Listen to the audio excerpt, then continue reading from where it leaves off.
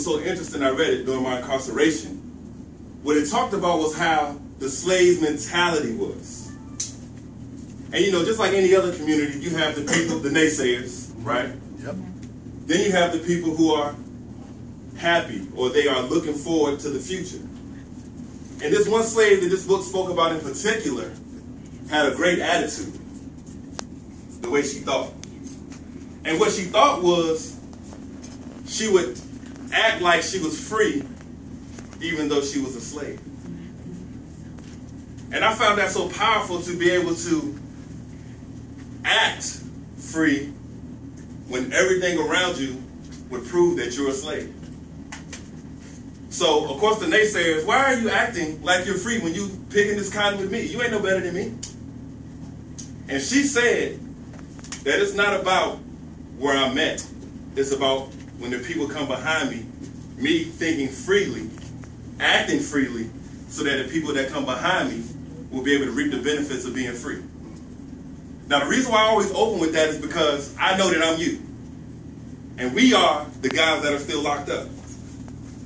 So every decision that you make, whether you like it or not, will be held accountable by those that come behind us. That's why every job I do, every job interview I do, every person I meet, hey, how you doing? Yeah, man, I just did 6 years. 6 years? See, because I ain't got nothing to hide. See, if you've truly changed, then it's nothing about telling who you are, because that's your story. And I like telling people because I feel like I'm going to represent a person who's been to prison well. Through my actions, not just my talking. Because we do a lot of that, right? We meet a lot of those. All the dudes that was locked up talking about, yeah, man, when I get out, man, I'm going to spend time with my kids, right? I'm going to cut my mama grass. She ain't even going to have to ask me. Right? All the problems. Mom, I'm so hungry. And we pretend we so hungry. Please send that mom, I'm so hungry. Don't feed us nothing in here. Yeah, when I get out, I'm going to do this, I'm going to do that. But how many people really get out and do what they say they're going to do, though? Not too many. That's a good answer. But the reason isn't because they don't want to. It's because of their mind frame. Hence, thinking for a change. Your mind plays a large part in what you decide to do. One thing I noticed about myself, when people used to ask me what was going on with me, I used a lot of cliche statements. See, I feel like cliche statements, you know what a cliche statement is, right? It's a statement that gets used over and over again, and it kind of loses its meaning because it's been said so much. Mm-hmm. And I found myself using these cliche statements to avoid getting help, or to avoid what's really going on. So like when somebody that approached me that can help me, and be like, hey, how you doing? Man, I'm just trying to put one foot in front of the other one.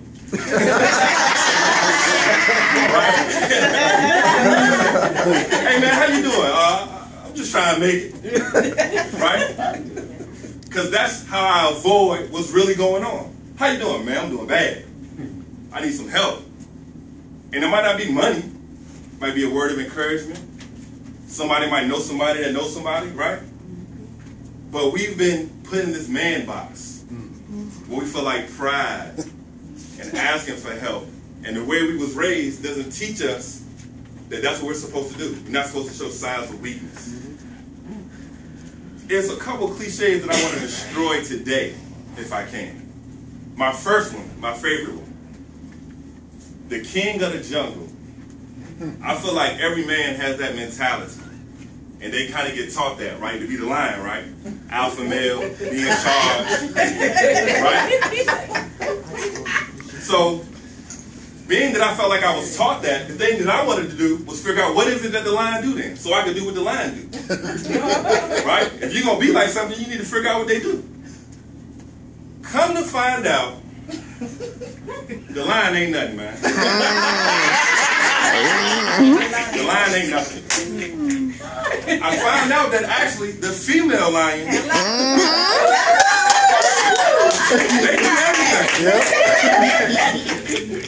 everything. They go out, they hunt, they bring all the meat back to the cave, right? Feed the cubs, yes. Protect the cave. Yes. Oh, I don't need that. This is what the female lion do. Protect the cave, feed everybody in the cave. And this is what the male lion do all day. Lay down. Take the cave all day. Right? And then make the most noise. So I had to rethink that thing. Do I really want to go home and be the lion? And there's a lot of us that come home and do that, though.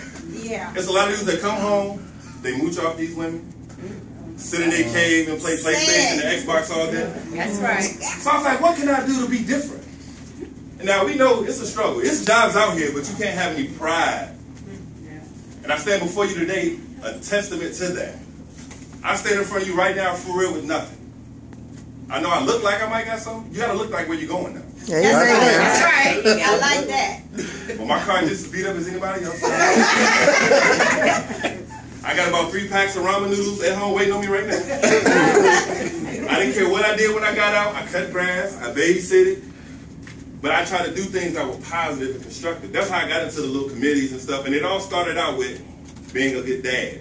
The first thing I did when I got out was I sat down with my son's mom and I was like, what do you need me to do?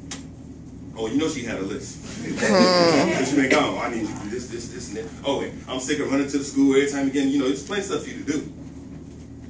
But the key was the follow through. I didn't have a job, right? Didn't have a car. So what I did was my mom conveniently stayed right down the street from where my son went to school at. He went to Walnut Hill. He's not there no more. But he went to Walnut Hill. My mom stayed right on South Crater Road down there on Crater Square. She moved too. So I stayed there purposely so I can have an easy access to his school. I ain't got nothing else better to do, so full-time dad for the moment. Just walking to school. And just his expression, just for my presence, the teacher, as soon as she was like, oh, you must be his dad. Oh. Just because I'm there. And I didn't even say nothing. I just sat in the class, just observed him. Then I left. Came back again, spoke to the teacher. What is it that I can do to be involved? You don't have to have kids to do this.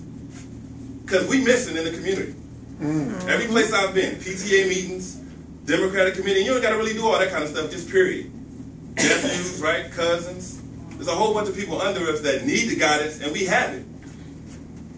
But we're not giving it because we're not around. And this don't got nothing to do with jail, for real. It's just the conscious effort of making your mind up to do the right thing. And most men don't even do that. So I started going to this school, talked to the teacher, do y'all need help around here? Oh, we always need help. Introduced me to the principal. And she was so shocked that a man had decided to be a part of the PTA, which I found kind of baffling, because why aren't men more actively involved in their sons' or daughters' lives? This should be something common. The one thing that I really took away from prison and being in the military too, the 2 worst, harshest conditions that you can live in this world are war and prison. So you already got half the battle beat, because you survived a condition that most men could not. Especially if you have a sane mind, right? I remember you from Greensville, if I'm not mistaken. And there was a guy that was there that died, if you remember, from Pittsburgh. Wow. 40 days before he went home. And that hit me so hard, because I wasn't close to going home, but I was close enough to realize the privilege that it is to be living. So once I decided that, I started realizing, like, man, you're not really maximizing your time. What are you doing with yourself? Did you be the best person today that you could be? And a lot of the times the answer was no. Because I wasted a lot of time. Wasted a lot of time. And now, like I said, you don't have to be involved in all these groups and doing all that type of stuff. It's about being the best you that you can be. And not being the lion. In fact, you can't give somebody a problem without giving them a solution. So I brought another animal for us to be like today. Have you ever studied the eagle? Yeah. I like the eagle. I'm going to tell you what the eagle do.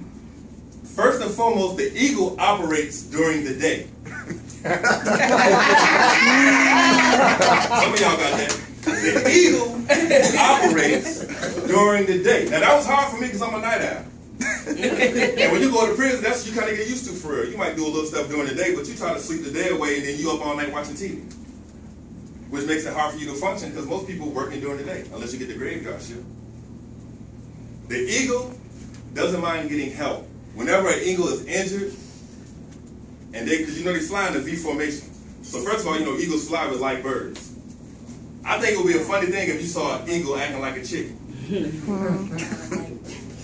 Right? Because an eagle can fly, a chicken can't. So if you see the eagle, you know, walking around, quacking, looking like a chicken, acting like a chicken, because that's what most of us do, right?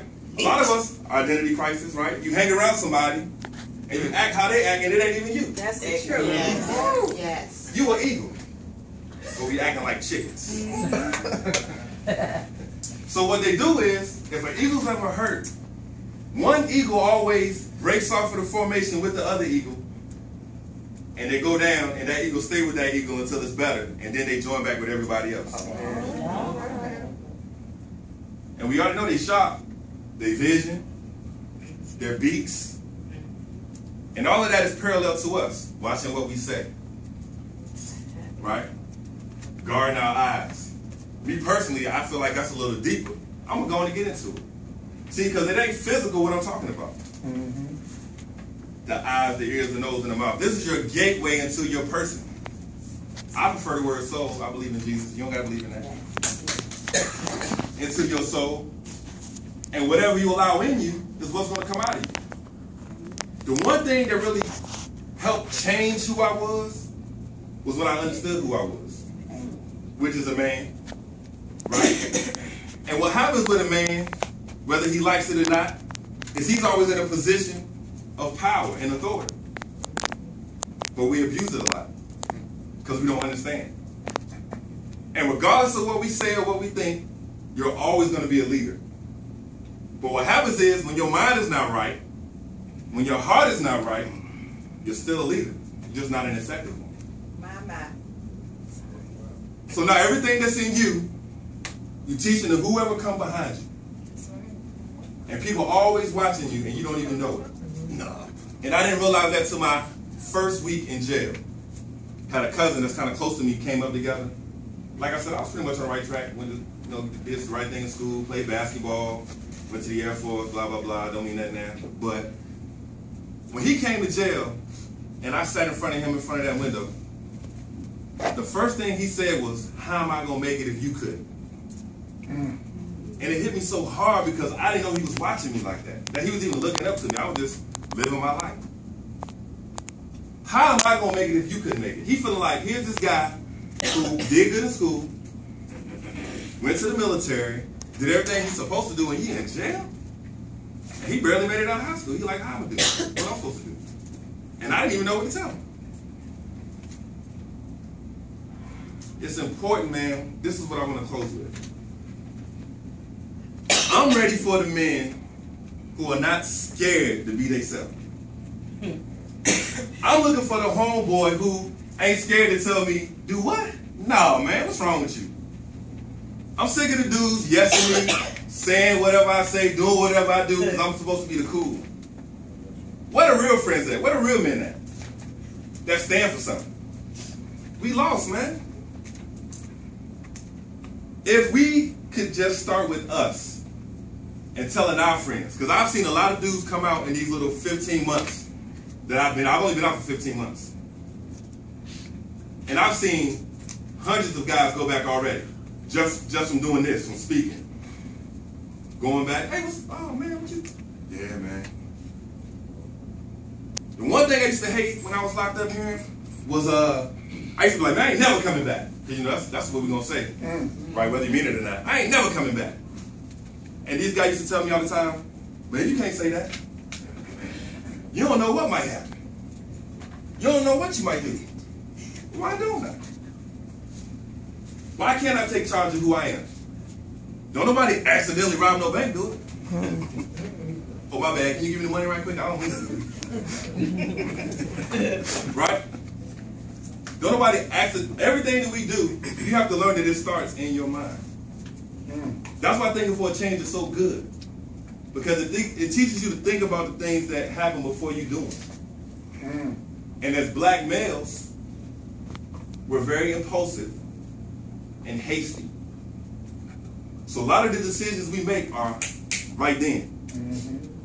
And what happens is we start this cycle of living our life in what I call hindsight, which is 20/20. Everybody can look back and talk about what they shouldn't have did. Oh man, I can go all day on what I shouldn't have did. But when will we start thinking right now and then making the decision? And stop living that way. We have the choice.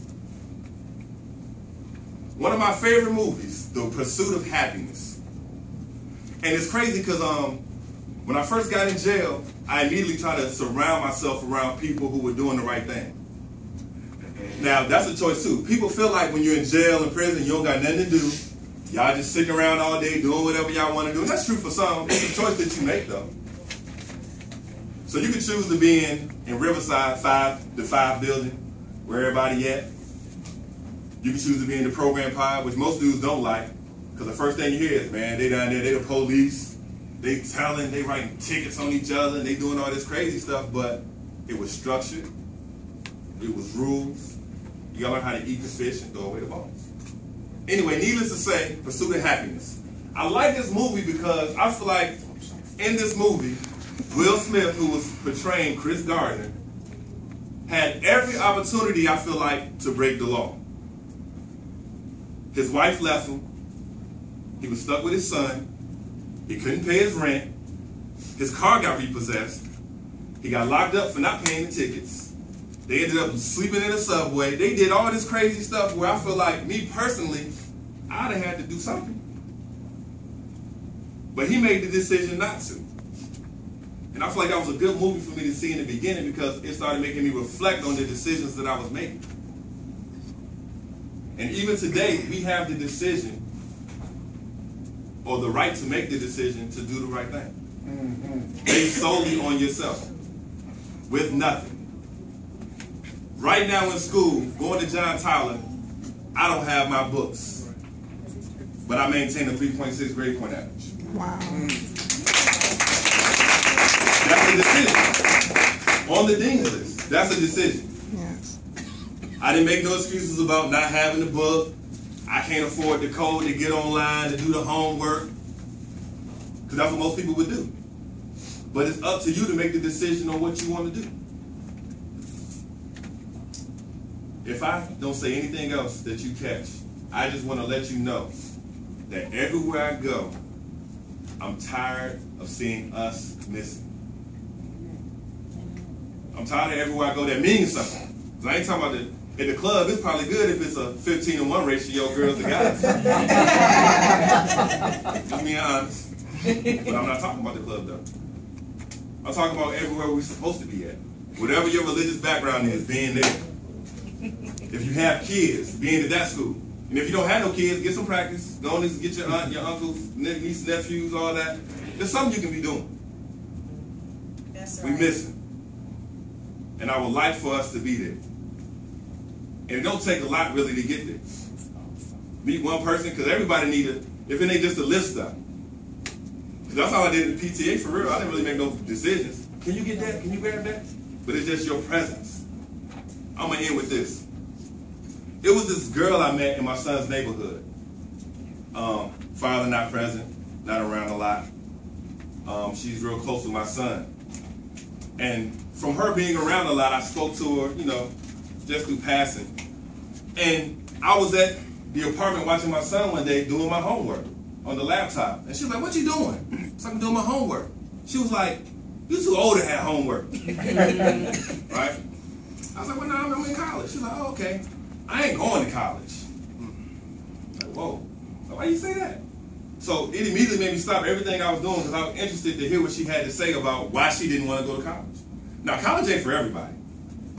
But for her to only be 11 years old, I feel like it's kind of bad that it's already in her mind that she's not going to college. So when I asked